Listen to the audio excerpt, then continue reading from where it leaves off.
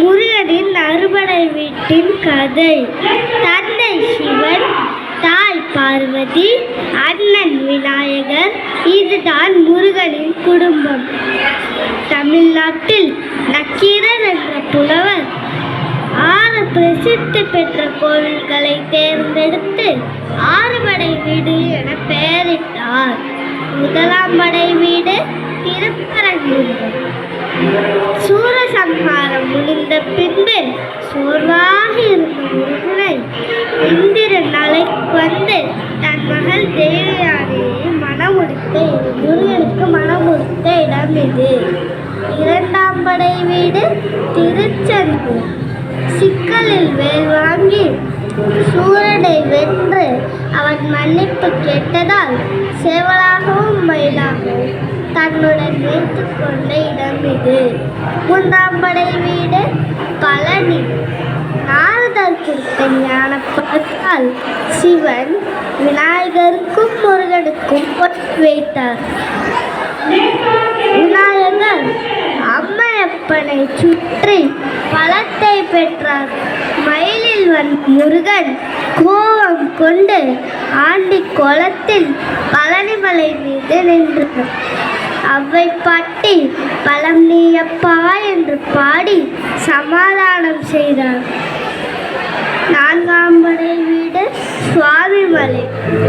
பிரம்மா முருகனை பார்க்காமல் சென்றதால் முருகன் கோபம் கொண்டு பிரணவ மந்திரத்தின் பொருள் கேட்க தெரியாததால் சிறையில் அடைத்தார்.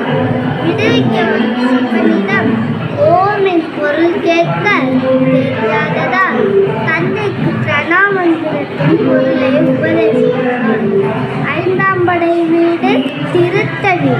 அண்ணனை உதவி கேட்டு அவன் யானையாக வந்து வள்ளியை விரட்ட முருகன் கிழவனாக வந்து வள்ளியை காப்பாற்றி வள்ளியை காத்து திரும்ப இடம் இது. ஆறாம் படை வீடு பழமுதிர்ச்சோலை.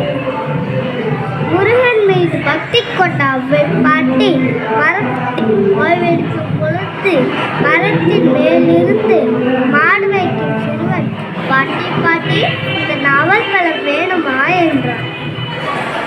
அவ்வை, என் அப்பன் முருகன் ஞானப்பழமாக இருக்கும், இது வேண்டாம் என்றார்.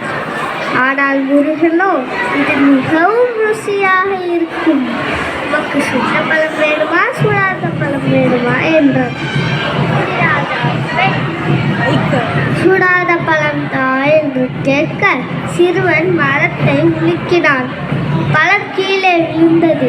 அவ்வை அதை எடுத்து ஊத சிறுவன், பழம் சூடாகவா உள்ளது? நான் சுடாத பழம் தானே தந்தேன் என்று கேட்க அதிர்ந்த அவ்வை, யாரப்பாடி என்று கேட்க சிறுவன் முருகனாக மாறி காட்சி தந்த இடம் இது. இதுவே ஆறு படை வீட்டு கதையாகும். வெற்றிவேல் முருகனுக்கு அரோகரா. நன்றி, வணக்கம்.